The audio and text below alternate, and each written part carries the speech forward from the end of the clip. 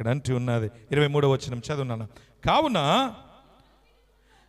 నీవు బలిపీఠమునొద్ద అర్పణమును అర్పించుచుండగా నువ్వు చేయాల్సిన, మందిరంలో చేయాల్సిన పని ఏంటో తెలుసా? వెళ్ళి నువ్వు ఎవరైతే కోపపడుతున్నావో, నీ మీద ఎవరినైతే నీ ఆలోచన చెడుగా ఉందో వారి దగ్గరికి వెళ్ళి గట్టిగా కౌగిలించుకొని నన్ను క్షమించు అనగలిగితే, అది నీ భార్య కానీ నువ్వు చెప్పగలిగితే, అదే మాట అక్కడ ఉంది, చదవన్నాను.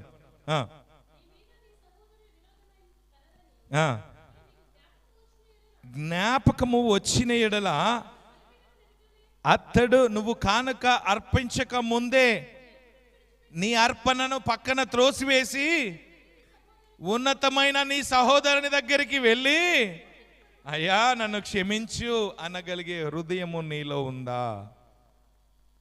వెళ్తున్నాను, శ్రేష్టమైన కానుక తీసుకురా అంటే మొదటిగా నీ హృదయాన్ని తీసుకురాకుండా డబ్బులు తీసుకొస్తే దేవుడు లక్ష్య పెడతాడు అనుకున్నారా?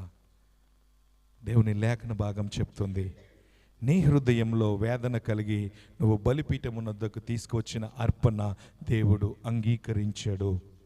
అది డబ్బే కానివ్వండి, అది మనస్సే కానివ్వండి, అది కుటుంబమే కానివ్వండి. దేవుని వాక్యము